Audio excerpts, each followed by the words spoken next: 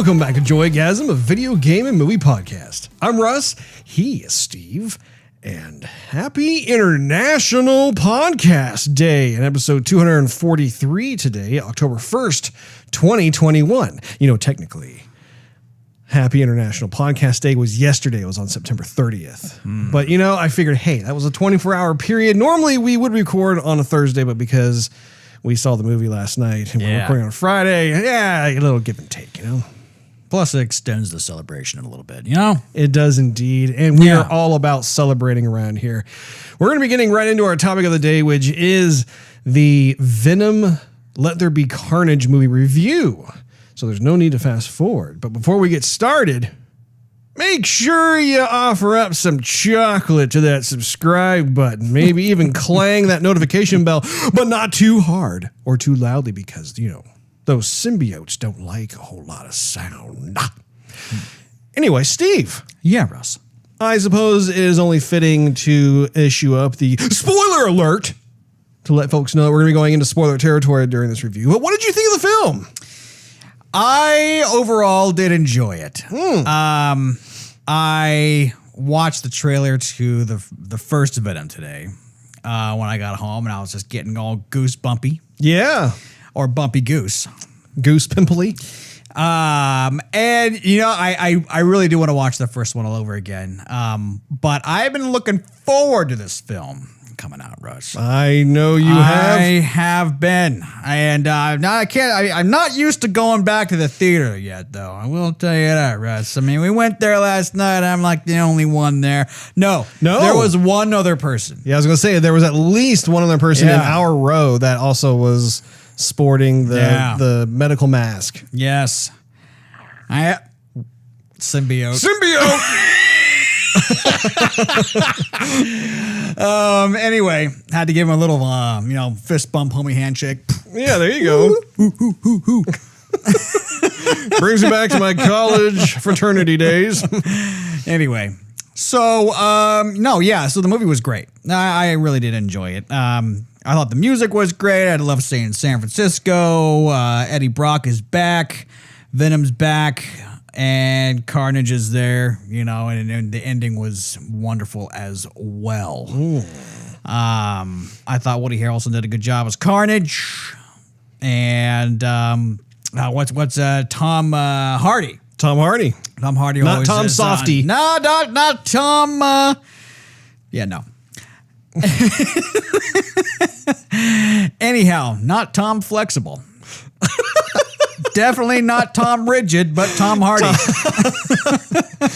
Yes, indeed. So, the whole thing was just wonderful. They brought the whole cast back. And Andy Serkis was directing this one. Absolutely. And so, I had a great time. Good. I really did. Yeah. Excellent. Yes.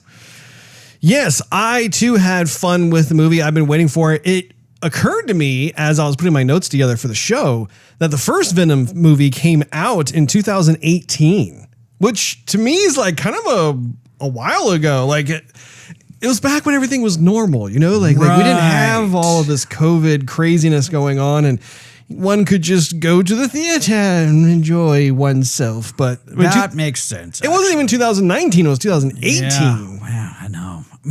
Man, it seems like it was 2019 because I know nothing really happened last year, like whatsoever. Yeah. So we got to take away that year all the way. Right. And so that brings us to 2019. I thought it was in 2019. I didn't think it was all the way back to 2018. Yeah. Maybe did we see it in 2019 though? No. 'Cause we didn't see it in the theater.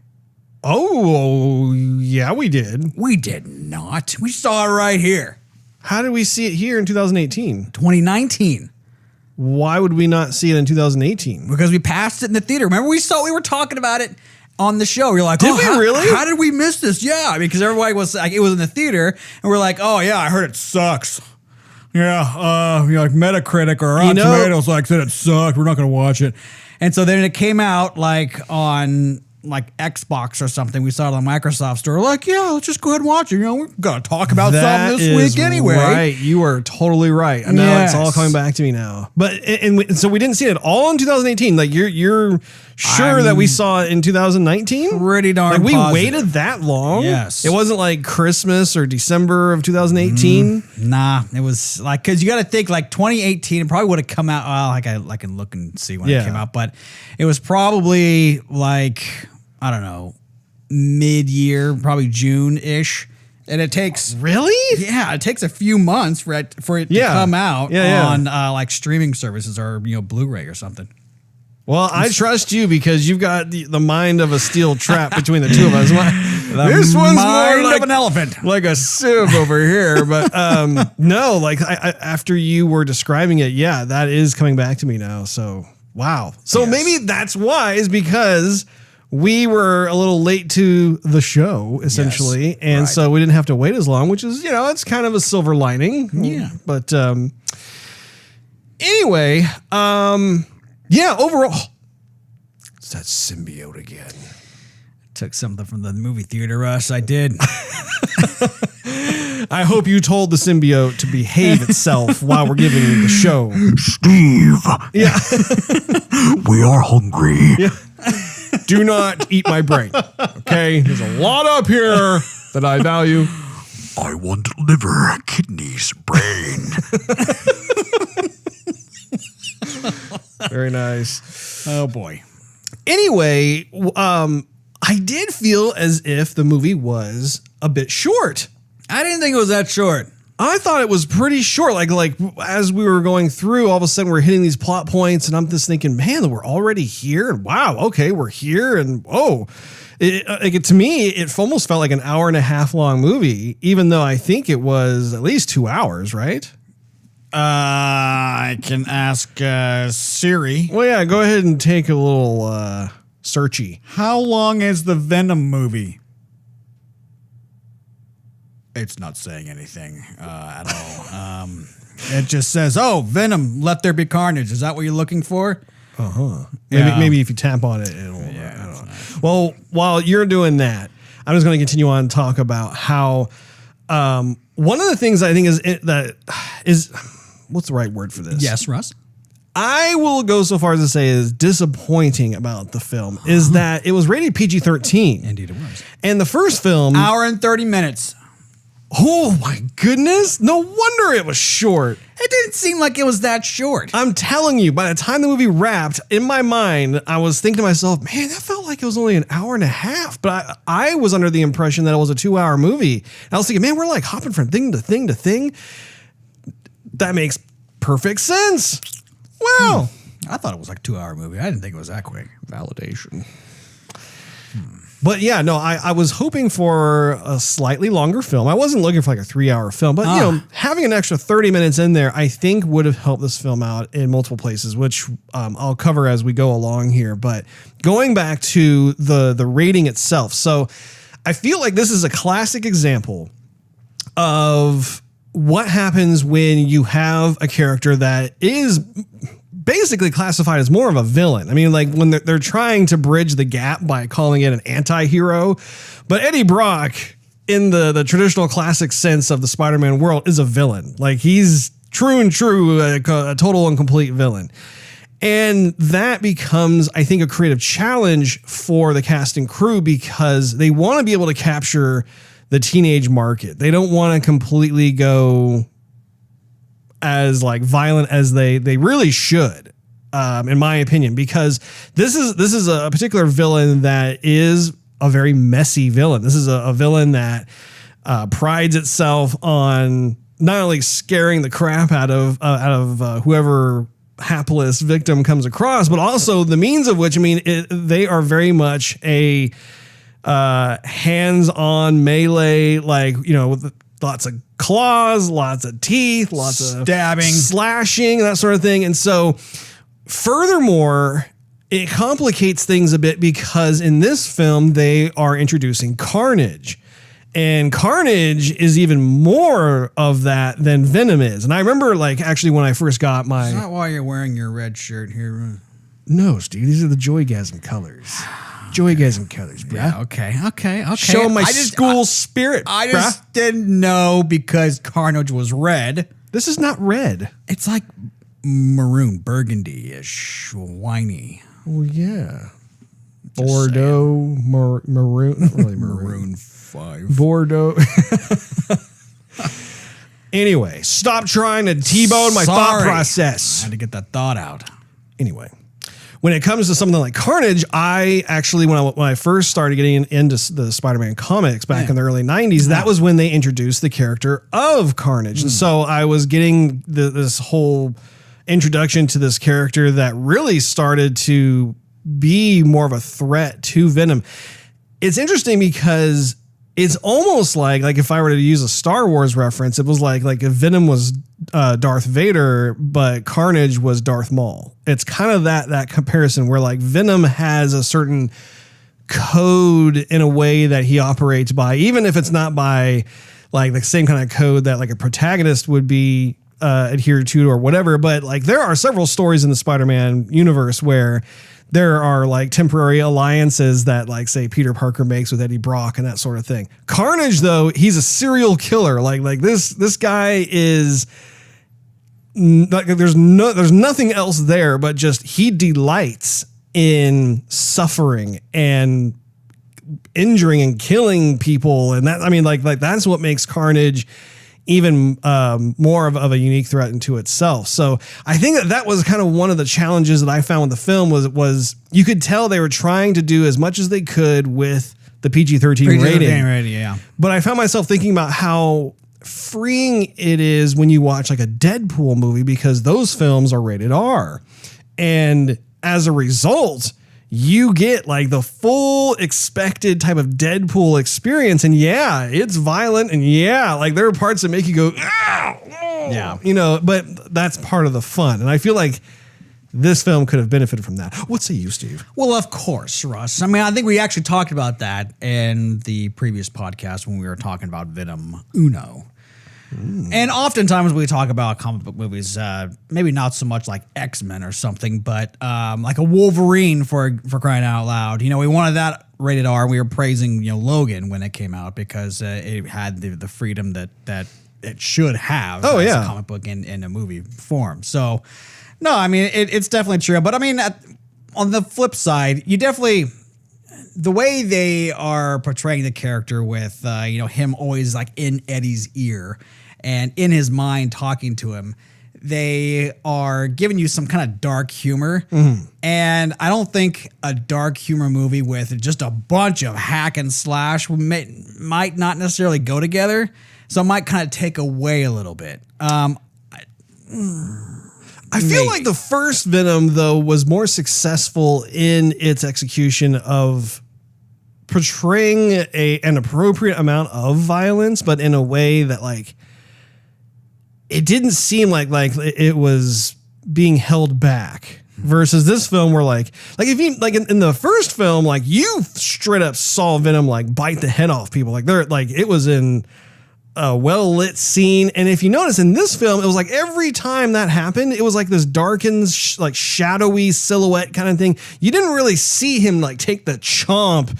And, and as a result, it was like, oh, okay. It's like, oh, he's doing it, but it didn't have that element of horror to it. And I think that's where there was a bit of a wrestling back and forth.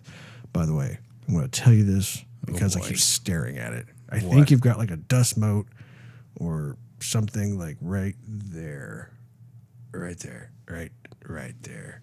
Okay, see if we get perfect. Thank you. Moving right along. Okay. So the sequel picks right up where the first film left off. Right. What did you think of that, Steve? So where the old film left off, you were basically like you thought Venom was dead. Yeah. And so we find out he's not dead. You know, you kind of hear him talking in his head a little bit. You're like, oh yeah, you're not dead.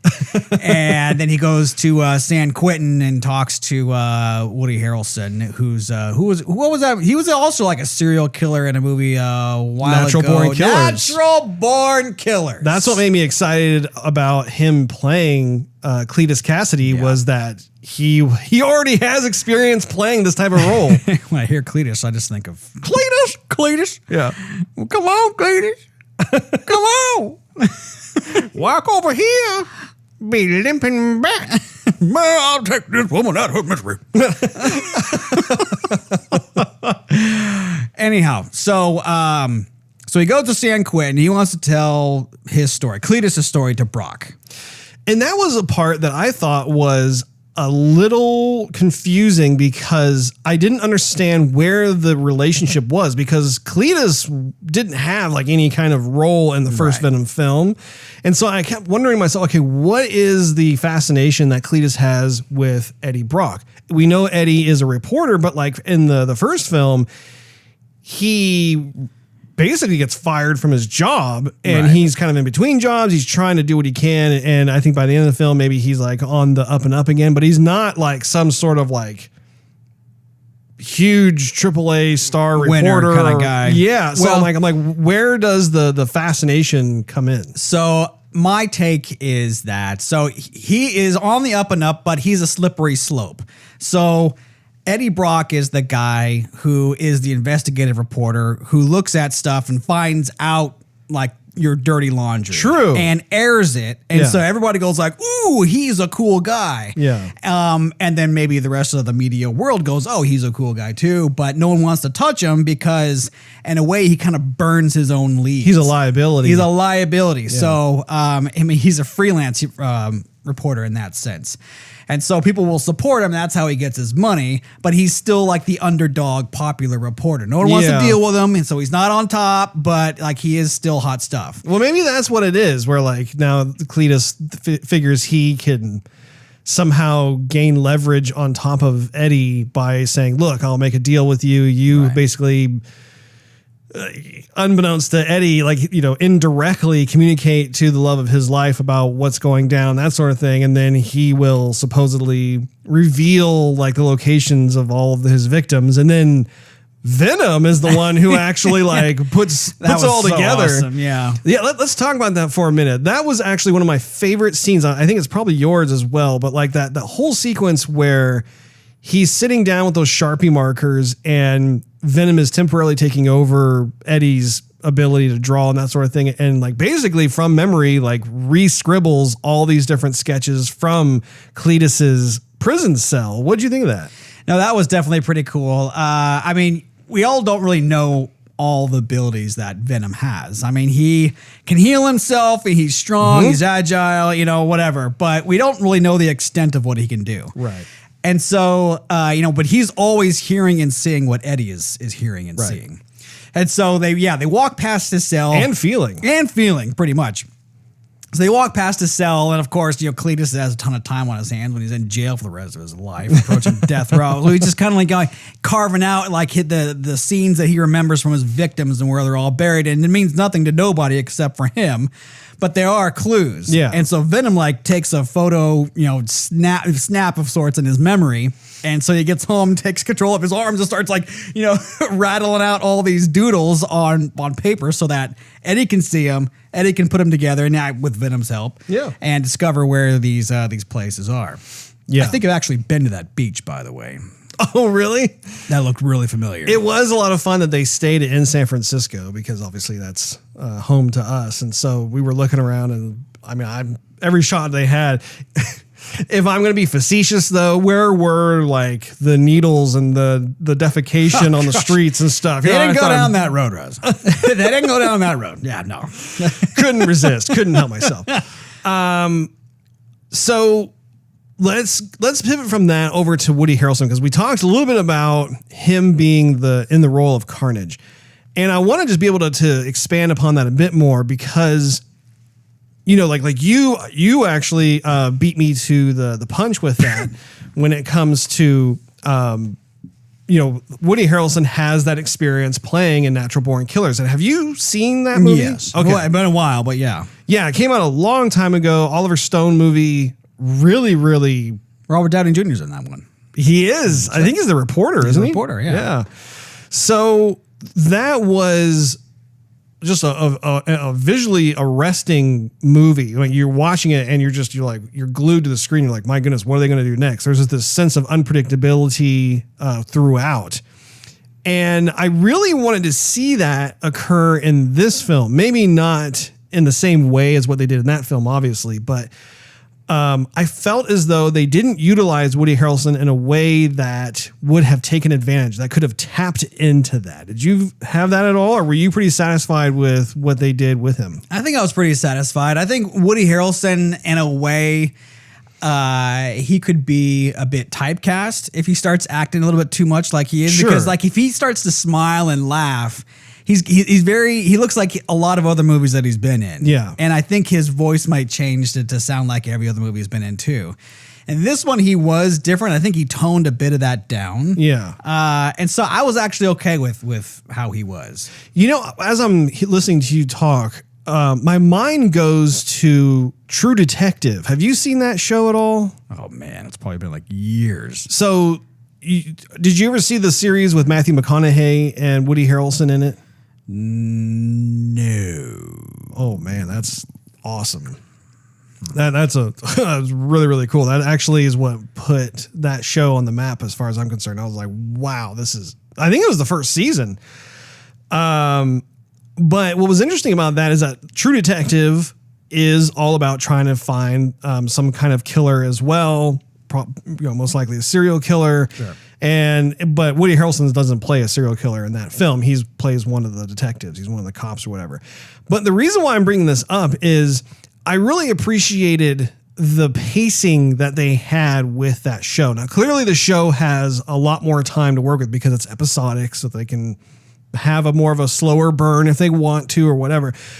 But I feel as though if this film were to have had just 30 minutes more, so it was like a 2-hour movie instead of an hour and a half, they could have dedicated that 30 minutes to really fleshing out Kasady's character. Like I wanted there to be some real like juicy character development where like if you noticed, they ended up kind of speeding through like how he came to be through like those cartoon sketches, which I mean, in its own way, that was creative, that was fun, that sort of thing. But I felt like it did the character a disservice because we speed through his childhood history, which they could have still done and kept. But I wanted, like, once he broke out of the prison, I just wanted to see him be his serial killer self. And I think that would have made him much more threatening. Because if you think about it, like, he was just kind of like, woo, yeah, all right, got the car, woo. And like, that's all he was really kind of doing. Like he seemed more like a yahoo as opposed to someone who is very cold and calculating and, I mean, gets off on murdering people. Right. And so I think that was a critique that I had with that particular character because I was set. Like when I saw Woody Harrelson was going to be that character, I was like, ooh, yeah, this is going to be awesome. And to a large extent, I still really enjoyed watching him. But again, I feel like they just didn't give him enough opportunity.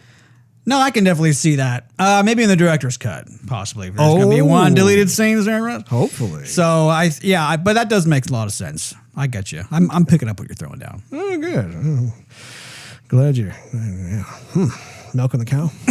No, I was picking up what you're throwing. Yeah. You were throwing it down. I was picking it up. That's what that was. So let's talk about the relationship between Eddie Brock and Venom, which was such an enjoyable thing to witness, right? And I'm glad that we were able to see more of how they're living with each other. They have this coexistence going on.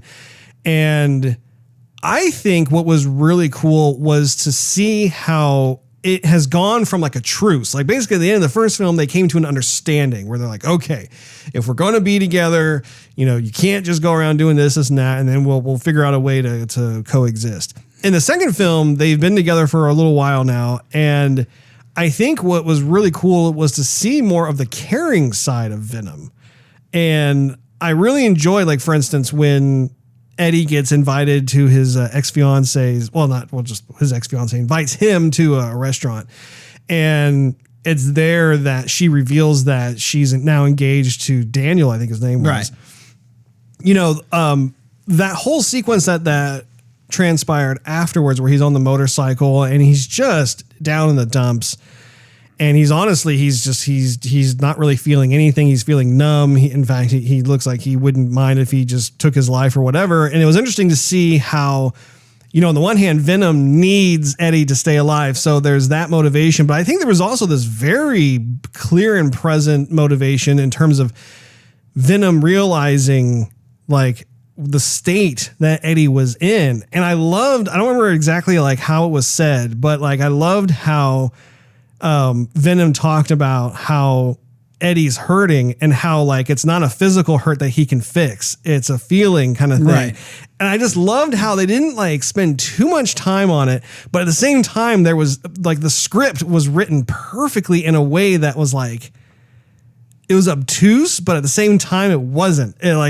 It kind of like left it there on the table for us, like, you know, the metaphorical table for us just to kind of fill in the dots and the blanks and stuff. Did you like that? I did. Man, I don't know what it is after that movie, Russ. I'm just gurgly. Symbiote. Man. Just like, Yeah. I have something I'd like to say. Yeah. Oh, anyway. Yeah, I mean, there was a lot of more of that, like, kind of like the buddy system Sure. that was in there. And there's plenty of times where, like, even in the first movie where they say, like, hey, you need me and I need you. Like, Venom's the underdog where he comes from. Eddie's the underdog here on Earth. And Eddie has the right chromosomes or the genes or whatever that, you know, Eddie can survive with Venom inside. Venom doesn't have to go to host to host to host. Yeah. And we saw a little bit of that in this because, you know, at some point they just Have a falling out. and you're like, I'm done with you. And Eddie after the fight, he's like laid on the floor of his apartment like, I have no more voice inside my head. I can sleep peacefully now. Yeah. You know, I'm like, yes. That ground was pretty gnarly looking too, where Yeah, his it was face was. dirty. Yeah, really. And so Venom goes from person to person to person, but can't survive. Always has to be like on the run. And Venom's almost like dying when he enters in that Mrs. Chen. Miss Chen, yeah, in her little shop. And so he's like, I need Eddie. I need another host. And so she houses him. Oh my God, you know, Lets him stay there for a while. Like be the host. So anyway.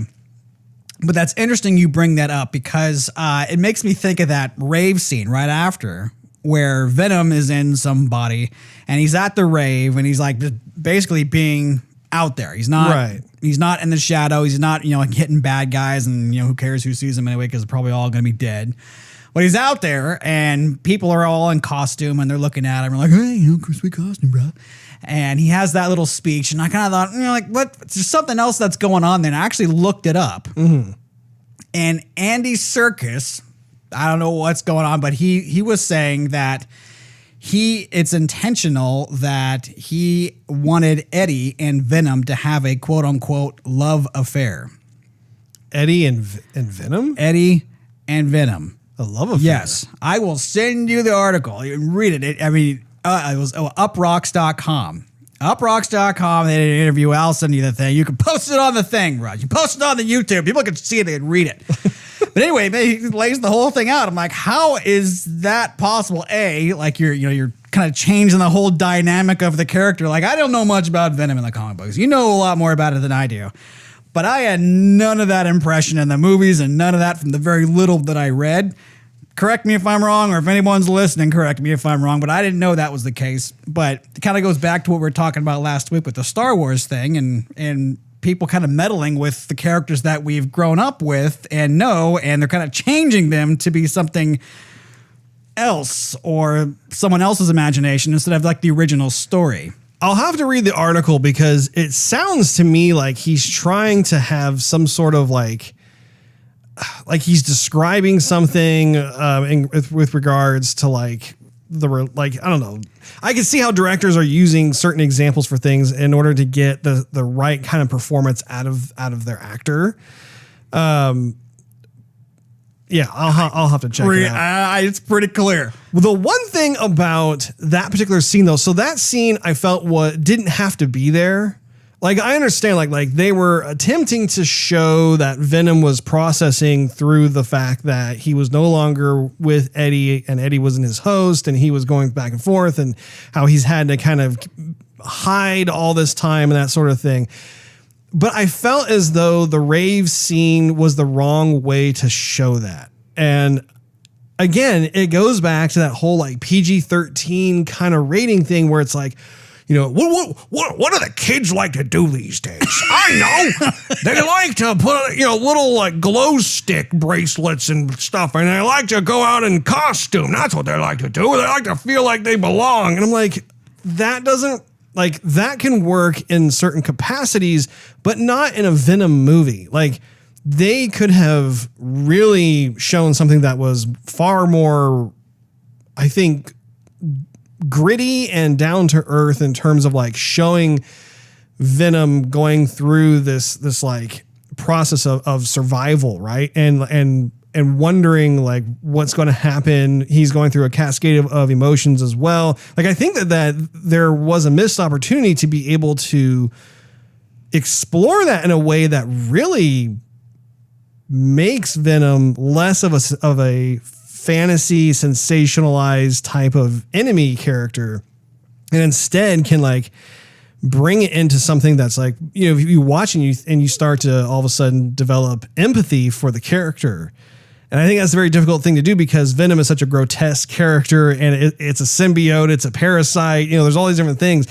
And the one thing that is acting as a strength on Venom's behalf was the dialogue. And that was something that like you and I loved throughout the entire film. Was the lines that Venom had were hilarious. Right. And you know, kudos to Tom Hardy who performed those lines. But when you go through and you see all these different scenes where the lines are coming out, you can't help but love Venom. And that's the funniest thing because Venom, once again, he's not a guardian angel. You know, you're not going to hang out with him on the weekends like you would like the Avengers or something, you know? Not at all. But Spider-Man. I think that's where there was this massive success, both in the first film, but especially in the second one, because the second one, you really start to see his personality come through.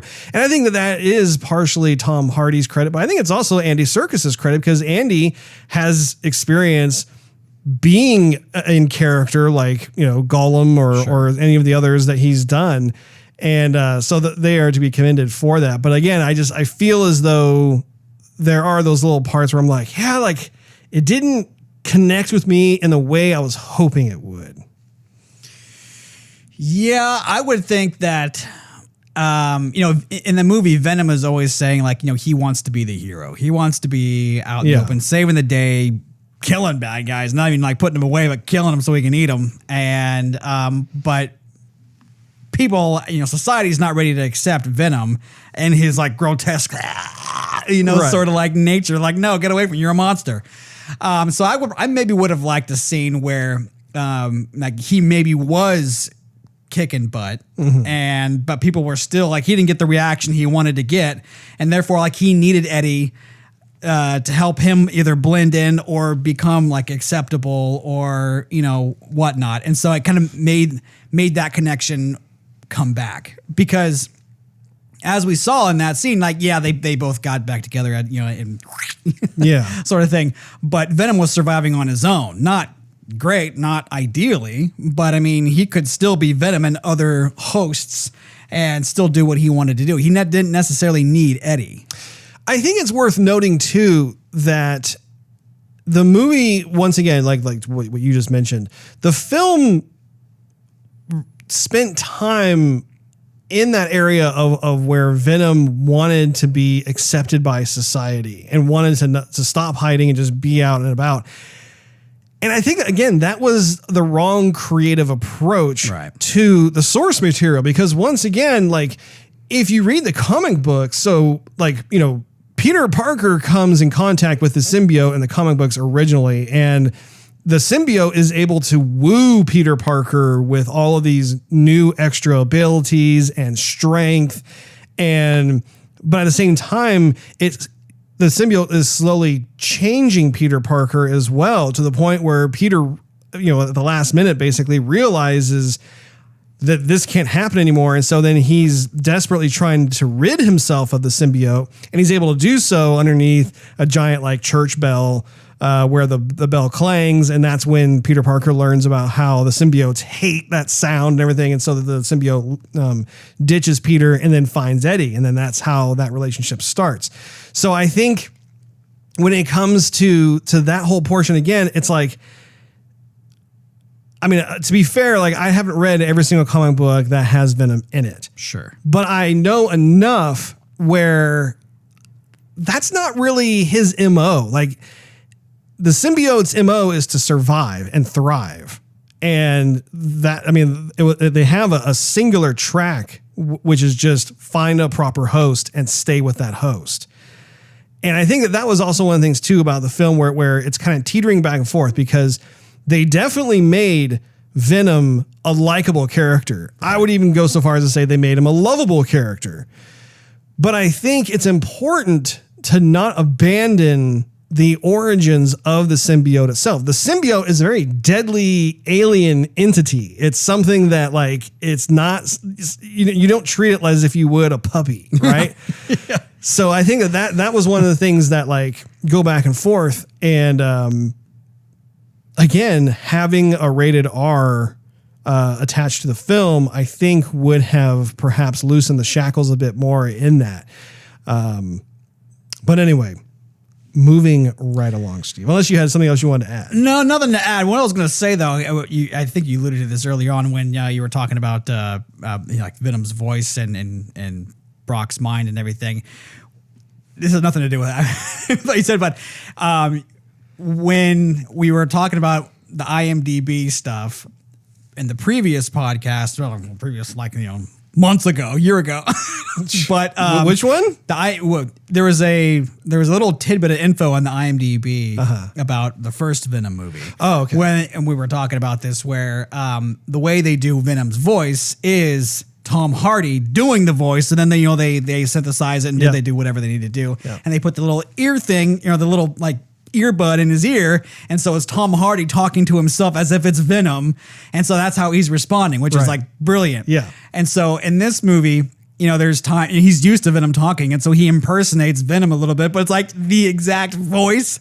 And so like if you didn't know that, I mean, I knew that since I read the IMDb kind of like backstage stuff. Yeah. But anyhow, I saw more of that coming through in this movie. Did you notice that? I did, and actually I was really pleased about that. That was another thing I liked was, okay, so to me, that speaks to what I was just talking about, where the longer that the symbiote stays with you as a host, like a host body, your personality, like who you are as a person, starts to erode, and you are starting to become more like the symbiote, which again, that's what was happening with Peter Parker in the comics.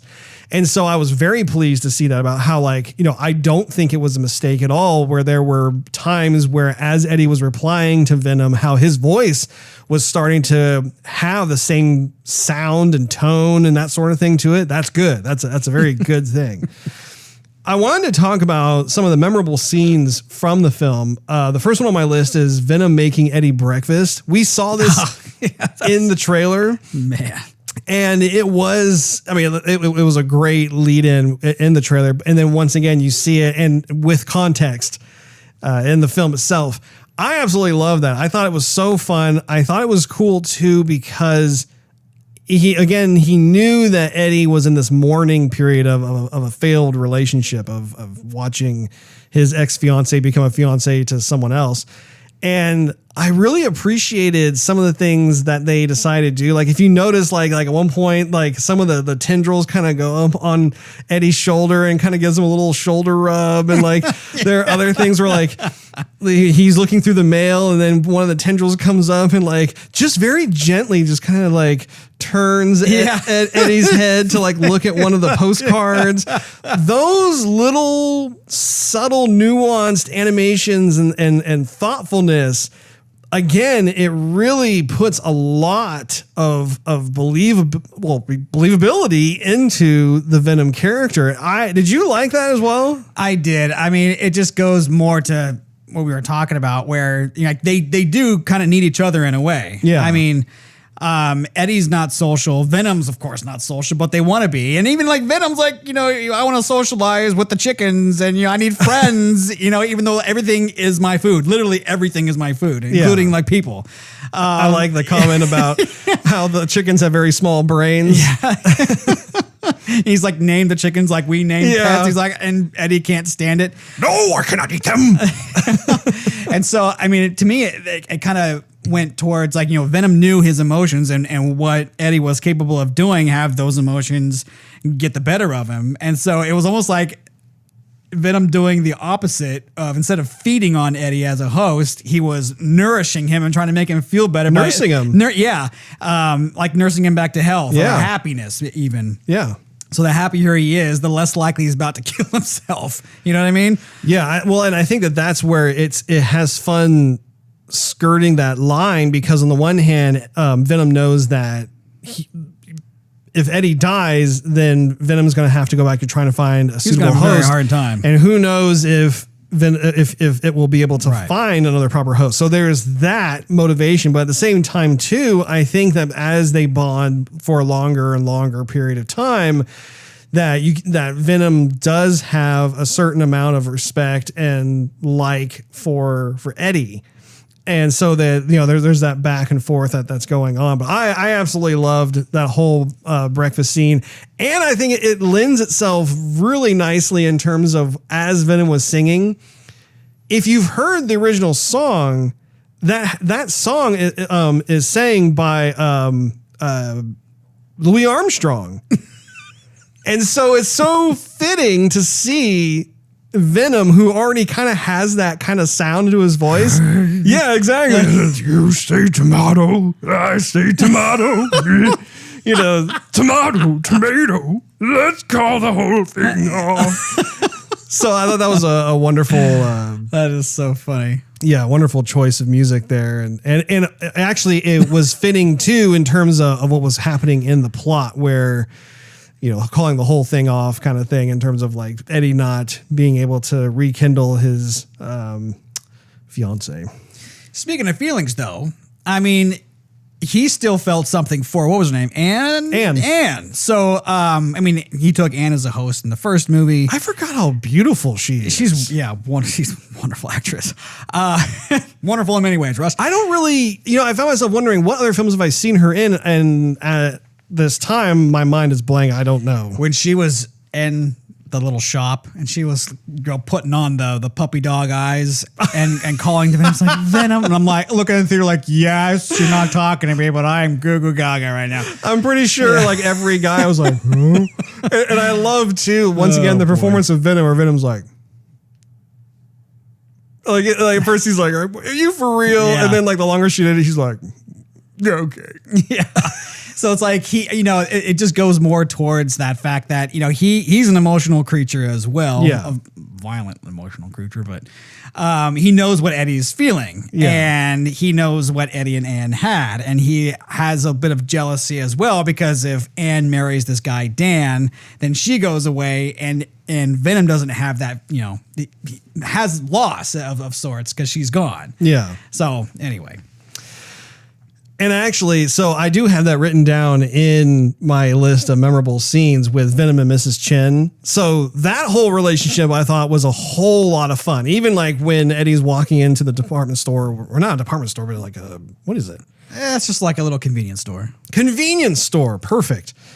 And I love how she knows Venom's there. She's like, hi, Eddie. He's like, hi, Mrs. Chen. He's like, oh, hi, Venom. And I think he speaks like Mandarin or Cantonese or something, but like a little tendril comes out, he's like, hello, And then not only that, but then when Venom returns and he's in a really bad state, how Mrs. Chen like takes him in. I don't know. There's something really cool about that. It's like having a cool grandma that like is not necessarily your grandmother by blood, but like she watches out for you and that sort of thing. And then seeing Venom actually in her, where like when she was speaking with Anne was just hilarious. Like the way that was going down. And even when Venom then went to Anne and they were going back to Eddie and then Eddie had to apologize. That whole scene I thought was really funny. What'd you think? Yeah, that was good. And it was nice to see that that Venom took, her as a host again, because all his body complexion changes. It's not necessarily feminine, but I mean, like the facial structure, the bone structure changes. Yeah. And that was really cool. And I mean, you could tell Anne wanted an apology or some sincerity, I guess you could say, from Eddie. Yeah. And also Venom did. So it was like one and the same. And Venom knew her feelings as well. And I don't know, that was just neat. I do think one of the triumphs of the film overall is the continuation of the relationships. And it wasn't just limited to Eddie and Venom, but it was also with Venom and Anne. Right. And I love that. I loved how there were certain scenes where Anne was talking with someone and all of a sudden she could tell something wasn't stirring the Kool-Aid and she was looking, she's like, Venom? And then, Venom starts to kind of get a little uncomfortable. He's like, no, it's not me. And she's like, that is totally you. And I love it because you see different relationship dynamics depending on who Venom is interacting with. Right. I don't know. I just think that's super cool how that they actually went into that, because they did it briefly with the first film because Venom was able to use Anne to be able to rescue Eddie or whatever. But I loved how they didn't just leave it there and not ever touch it again. Like there was this continuation. Yeah. Well, there's also the dynamic between Eddie and Dan too. Dr. Dan. Because and that Dr. Dan. I think that's complex too, because Eddie knows he's not going to end up with Anne. I mean, his life Eddie is not going to wind up with Anne. Mm-hmm. Because Eddie's life is now really complex with Eddie, Ann, and Dan are very similar. Eddie, Ann, and Dan. So, I mean, it's just not going to happen. Yeah. And she wants a normal life. She doesn't want to be married to a guy who's got a big alien parasite living in him and is almost an alternate personality of sorts. I mean, they're never going to have a private life. Good luck having kids. This is not a normal relationship anyone's going to want to have. And Eddie gets that. And so he begrudgingly, accepts it, knows it's realistic. But since Anne and Eddie and Venom kind of have this relationship, non-romantic style, Dan just kind of has to accept it too. Yeah. And so there's no really butting heads. There's no fighting between the two dudes. They just know what's that. They just get it. They just accept it. And I kind of appreciated that. I didn't want them to kind of get at each other's throats and have this, bro beat up kind of deal. I think it's an exploration of what coexisting is. Right. And I think that it's very smart to be able to showcase, okay, not only do you have this symbiote that is coexisting with Eddie on a more physical and emotional level, that sort of thing, but also how do we permeate that throughout the entire movie in different ways at different capacities with the different characters. And so I think that speaks to what you're describing. Right. Let's talk about Frances Barrison. So she was the love interest of Kasady. Yes. And I think that actress was in Pirates of the Caribbean.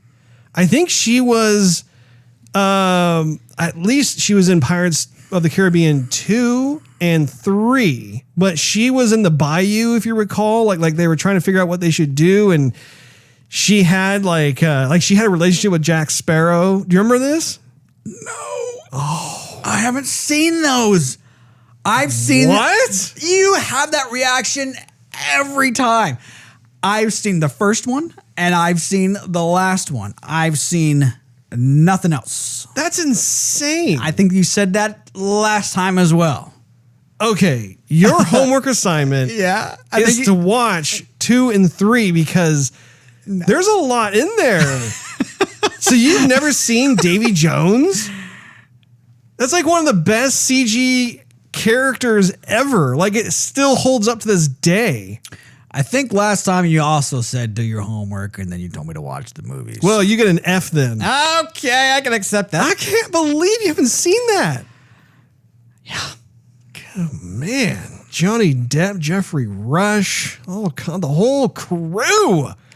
Well, anyway. Well, I'm sorry, mate. I just slipped my mind, I guess.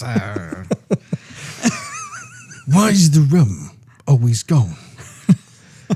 Anyway, she, I believe, was in the Pirates of the Caribbean films, at least Dead Man's Chest, and I don't remember what the third one is, but it's Pirates of the Caribbean 3. Are you sure about that, Russ? Mm-hmm. I am. You know what? Oh.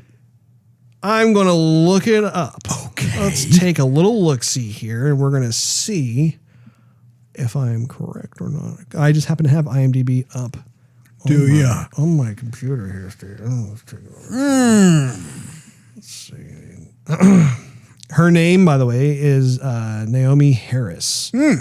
So let's Good old Naomi. She's been in quite a bit of stuff here. So let's go back down to the early 2000s. Yeah.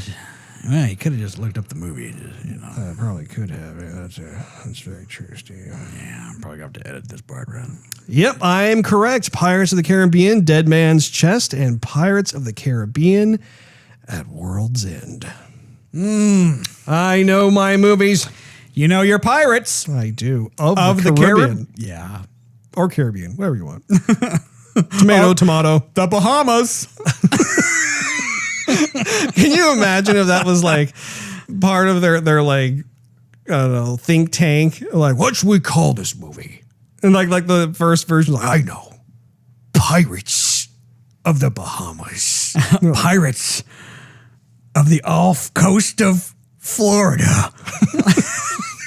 Pirates of the Cayman Islands. Wait. Pirates of Hawaii. They're like, I just don't think that it's rolling off the tongue right. No, Bob. Matter of fact, go back to that marketing room and think of something else, and don't come back till you have something better. They like have like a list of like every type of island within, I don't know, the Pirates of Fiji. No, Bob. Back to marketing. Keep working on it, Bob. You'll get there. Okay.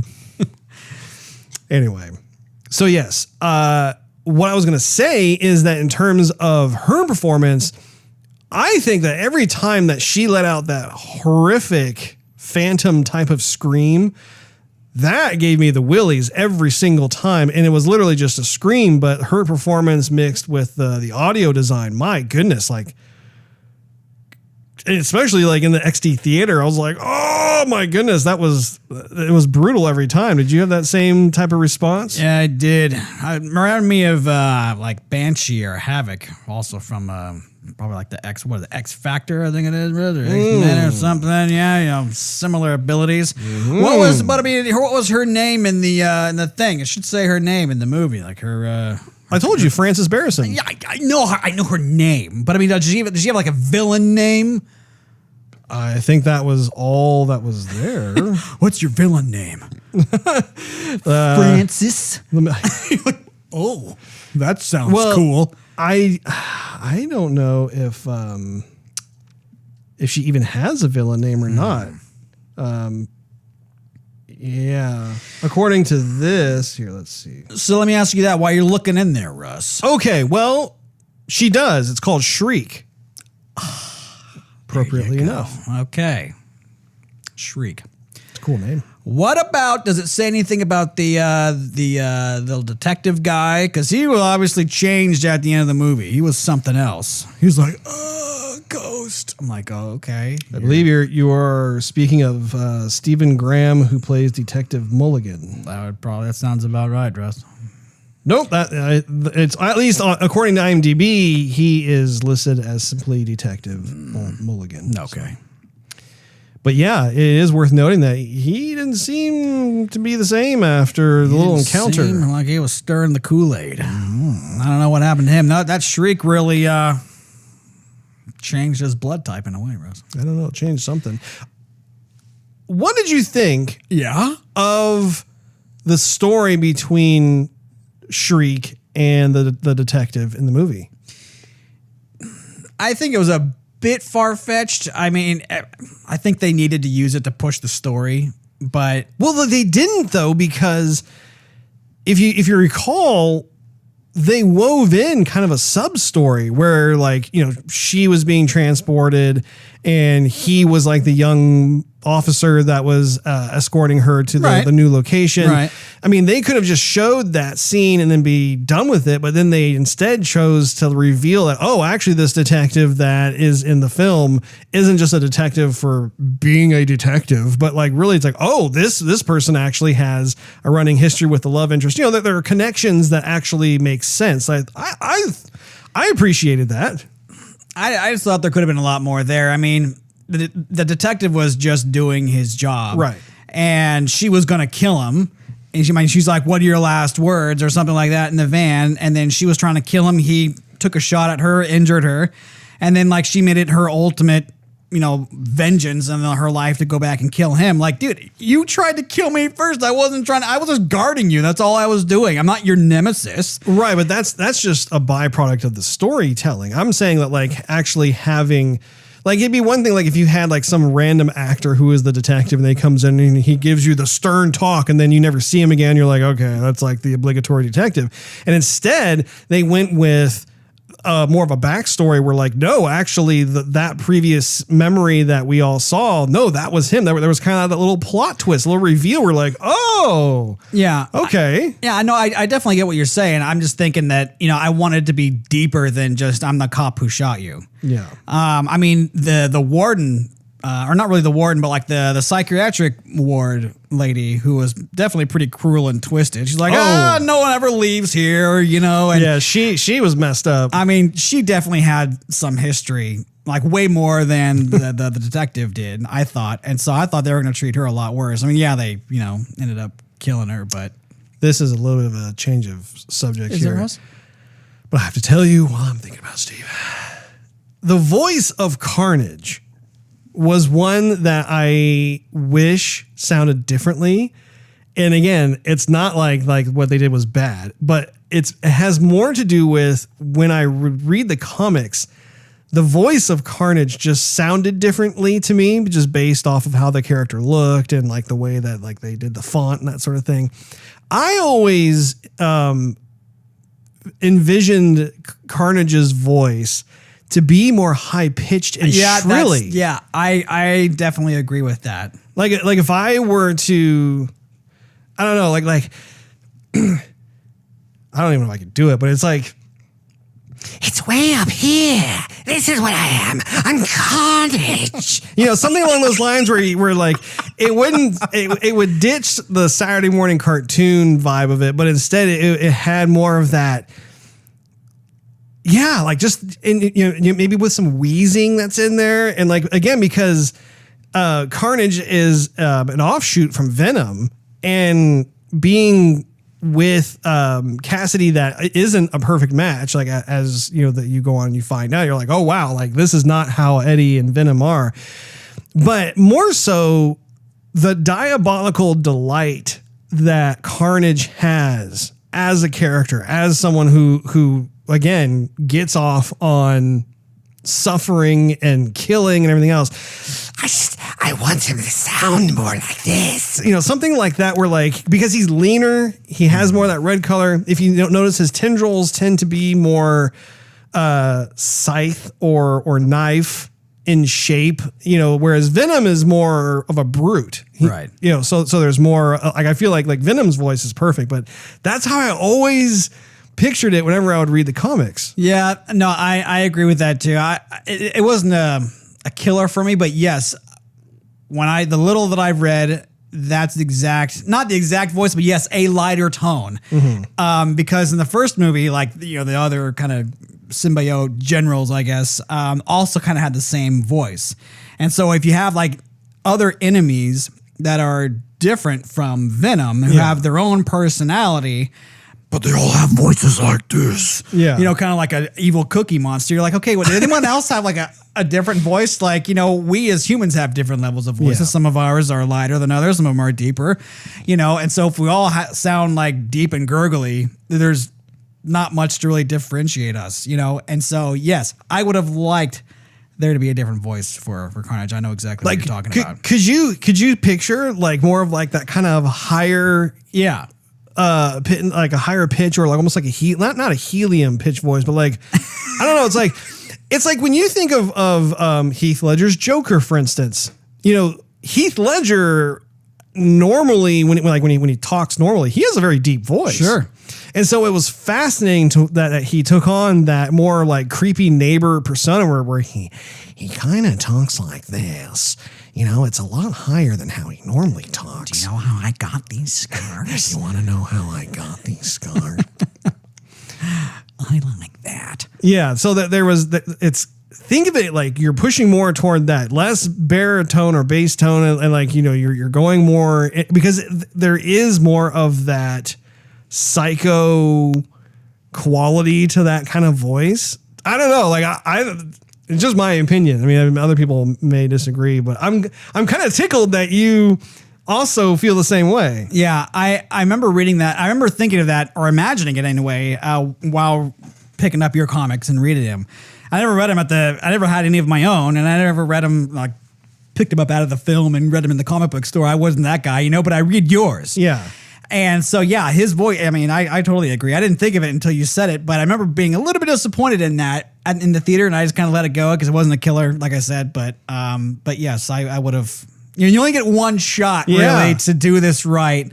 And so, yeah, that could have been where it could pick up some extra points. You know, one of the other critiques I have of the film is that they end up killing Carnage. And I think that was a mistake. Maybe. Because he ate him. Well, yeah, he ate him. But I mean, he basically became kind of part of his own like gene pool again. Well, yeah. But I mean, I guess he could come back. Well, if you recall, like, well, yeah, there's always that possibility. Right. But like that's where the idea came from, where this part of Venom was no longer a part of him. And, you know, when Kasady bit Eddie's thumb or whatever it was, there was a transfer of blood and then it went into Kasady's bloodstream and everything else. And so, and then if you recall, Carnage itself made the comment about how he needs to kill his father in order to, like, you know, have rite of passage, basically, you know, right. Which I thought was interesting as well. There was that scene too where there was a priest, you know, they were trying to marry Kasady and you know, Francis, and then he's like, "Father, yeah, like, no, not that father, that father." It's like, okay, but see that kind of stuff I love. Like I thought that kind of thing is very unique unto this particular movie, and it was one of the highlights, honestly. Like, again, the dialogue was on point. Like I loved it. I thought it was great throughout the entire movie. Let's talk about the Easter egg at the end. Sure. So we were hoping for an Easter egg. We got a doozy of an Easter egg. I think the whole theater got very excited when we saw it, and I'm like super pumped, I gotta say. I mean, like when we realized that, well, first of all, we see them in some sort of hotel and on the beach or in some location. Well, yeah, they're on some sort of beach location, but then it goes to this hotel room that they're staying in, and Venom is about to kind of showcase Eddie like how like a fragment of like what a symbiote feels like or with their history or whatever. And then this event happens where all of a sudden it's like everything changes, and they're like, "Well, did you do that?" And Venom's like, "I just do nothing. I didn't know that." You know, like it was a lot of fun to like see that. And then we get the big reveal of seeing Tom Hiddleston on TV as Spider-Man, and what an exciting situation, because it is essentially the acknowledgement that yes, that Tom Hardy's Venom will meet with Tom Hiddleston's Peter Parker in a Spider-Man movie. We don't know if it's going to be in the next Spider-Man film. Tom Holland. Thank you, Steve. We had Loki's Spider-Man. Oh, man, this is a crazy multiverse. It is indeed. It's getting way out of hand. Way out of hand, Rose. Somebody told me. I apologize. You're like, sorry about that. Hey, Tom. Both Tom. Yeah. My goodness. Sorry. No, not Tom. That Tom. No, me. No, him. No. No. They should do like a Night at the Roxbury spinoff. Like me, him, me, him. Anyway, yes, Tom Holland. Yes. But yeah, I was super pumped to see that. And it makes me wonder, okay, how is this going to play out? Are they going to allow this Venom character that Sony has been creating into the MCU world? We know that the next Spider-Man film is going to have Doctor Strange. And not only that, but there's also a Doctor Strange film coming out as well in the not too distant future. And this is where we're going to start seeing all the variants and the multiverses and crazy shenanigans happening.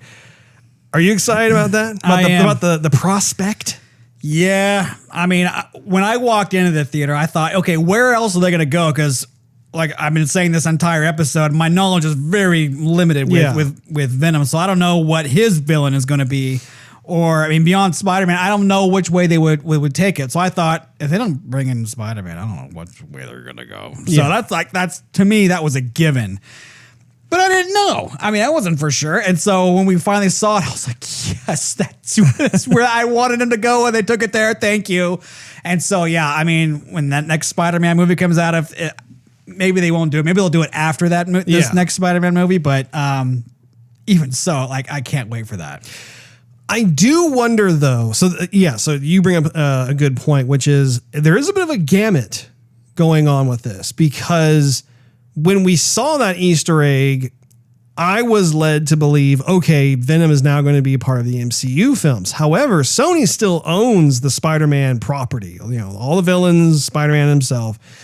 So it could go one of two ways. It could either, they will basically also have Venom on loan to the MCU to be able to use in future Marvel Cinematic Universe movies, or Sony will just continue with its Spider-Man line and bring, basically real Tom Holland back over to the Sony side and have standalone Spider-Man films. So it's going to be interesting to see how that plays out, just because the MCU has been at the director's seat regarding Tom Holland's time as Spider-Man. Right. Yeah, I think where there's money to be made, they'll figure it out. I mean, I don't think that they're going to have Venom. I don't think they're going to have Venom like totally join the MCU, and especially not really seen that much in the Avengers. I just don't see that happening. He's kind of mono with the Spider-Man story. Yeah. So, I mean, they might bring him in as a surprise, but I don't see that kind of happening too much. Yeah.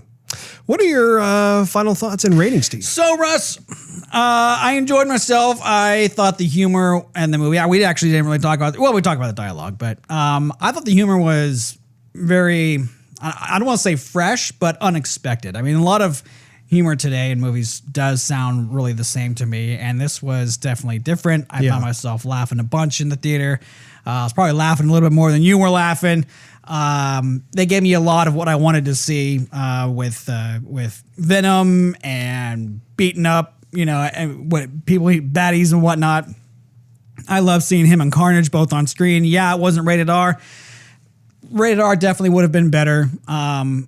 A different voice for Carnage would have been better. It did lack a few things where it could have been better. But I think overall, I really enjoyed it as a sequel. Mm-hmm. And even the music was good, and I thought in the movie as well. Yep. And so I'm not going to say I liked it as much as the first, but I mean, it's right there. Mm-hmm. It is definitely right there. I would say I would give it about 3.5. Okay. Yeah, and I'd love to see it again. I mean, I will see it again. Maybe not in the theater. I'll wait till it comes out. Sure. For HBO Max or something. But I was going to say Disney Plus, but I don't think it's going to be available on Disney Plus. Maybe not. But I definitely want to see it in my own house, my own system. Very nice. I thought it was a fun romp through a continuation from where the first film left off. I think also in terms of where they decided to explore the relationships between Eddie Brock and Venom, as well as Eddie and Venom and so on and so forth, and even the introduction to Woody Harrelson as Cletus Kasady, as aka Carnage. I thought that was all handled very well. I do still think that in terms of the character development of Carnage, I feel as though the film could have really benefited from like an additional 30 minutes where we get to see more of kind of like who Carnage is. And I think as a result, like it would make like I feel like they relied a little too much on the visual grotesqueness of Carnage, right? Like there was plenty of close-up shots where Carnage was roaring and he had his little like knife tendrils out and that sort of thing. And that serves a certain purpose. But what truly makes a villain scary is when you understand their methodology, you know, and we've talked about this from time to time on the show. Like Thanos is a great example where over the two films, and even like his little cameos here and there before the Avengers Endgame and Avengers Infinity War, by that point, we fully understood why he was doing what he was doing, and that made him that much more of a threat. It made him that much more despicable. You were like, oh my goodness, like this is terrifying, because it's one thing to like have kind of the boogeyman look and like scare you, but it's also different too when like you realize, wow, like that's the motivation, and that's like how that's their what do they call it? I want to say it's like modus operandi or something like that. I wasn't thinking of that. Trying to get fancy and it's failing miserably. But anyway, I really wanted to see a bit more of the character fleshed out. Having said that, though, the dialogue was right on point. I really loved what they did with it. I think that them, in terms of like, if you want to talk about like a positive for character development, Venom was wonderfully explored. I think that we got to see a lot more facets of the character than we would have otherwise. And it's a fun opportunity to have an anti-hero film that exists within the kind of the comic book movie world. Right. I do wonder, I share your question though about where do we go from here, because Venom exists in the world of Spider-Man, and it's through those other characters, that whole catalog of characters that exist within Spider-Man's universe, that Venom gets to interact with, have temporary alliances with, you know, have grudges against or rivalries. I mean, like that's part of what makes it great. And I think that's what the creators know too. I think that's why we're seeing like a little glimpse of what's to come, because that's going to be, it's unavoidable. Like that's what people want to see. They want to, and especially with Tom Hardy, like who doesn't want to see Tom Hardy and Tom Holland in the same scenes together doing their thing? I mean, that's going to fill theater seats. Right. Completely. Butts and chairs, Russ. There you go. Butts and chairs. So yeah, I think I agree with you. I think I would probably give this a 3.5 star rating as a result. It's almost like host and symbiote. You know, indeed. One-on-one. Oh boy. We need to go out for some chocolate. And brains. That wraps up this episode of Joygasm. Thank you for hanging out with us. If you enjoyed this episode, we invite you to check out patreon.com/Joygasm, where you can enjoy exclusive perks and early access to the show. Not as mentioned, it helps us, something along those lines, doing what we love to do. Also, make sure you click that subscribe button. Click that notification bell while you're at it. That way you will not miss a single episode of Joygasm that drops once a week every week. Also, do a search of @Joygasm TV on your favorite social media platform of choice. We're on all of them, just about. Finally, do a search for Joygasm TV on Twitch to see you stream our games. To see us stream our video games live every Wednesday night at 9:30 p.m. To watch us watch you to play our games with you. Multiverse, baby. It's just coming apart over here. We'll see you next week.